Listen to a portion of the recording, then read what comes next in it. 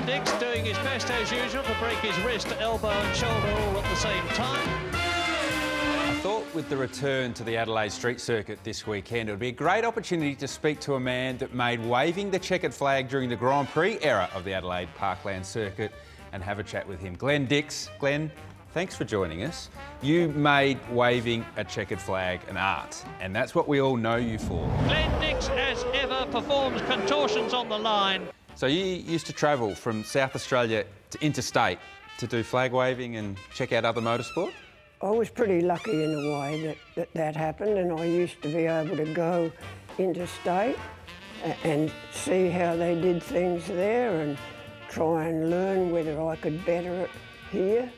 I used to go regularly to there in Calder, Sandown, and enjoyed Speedway as well, because I'd go to the racetrack at Warwick Farm during the day and then whip into the Speedway at night and so forth until the weekend was over and I was back home by 9 o'clock on Sunday night. You're a machine. Now, you used the term entertainment and you made waving the checkered flag an art. Was it something that you continually developed over time, and by the time you got to doing those Grand Prix from the mid-80s to the mid-90s, did you feel like you had it down then, or even during that period you continued to work on your craft? I believe that you can always probably get better at anything you do, but by the time the Grand Prix came along, I was almost ready to give it away. We know the result. Grand Prix came here, and for some unknown reason, my ugly face went all over the world. Well, it certainly did. As a kid growing up, the thing that sticks in my mind is the work that you used to do waving the flag at the end of the race. And you used to give the same level of enthusiasm for the guy that won the Grand Prix to the guy that finished the Grand Prix. Exactly. They'd each tried their best. They've given of their best. So why don't you treat them the same? That's my argument. What was it like, the very first Grand Prix you did at Adelaide, when you're on the track and the cars came straight past you, and how close you got to the cars? What was that feeling like?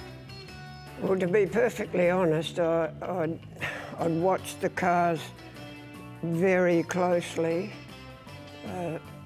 Okay, if there was too close together, you had to be more careful.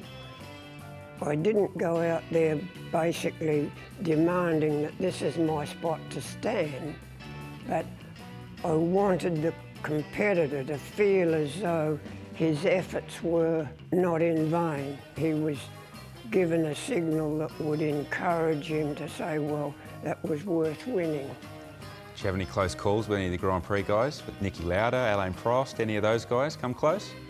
People after me said at one stage, that guy was trying to run you over, and I said, no, he wasn't.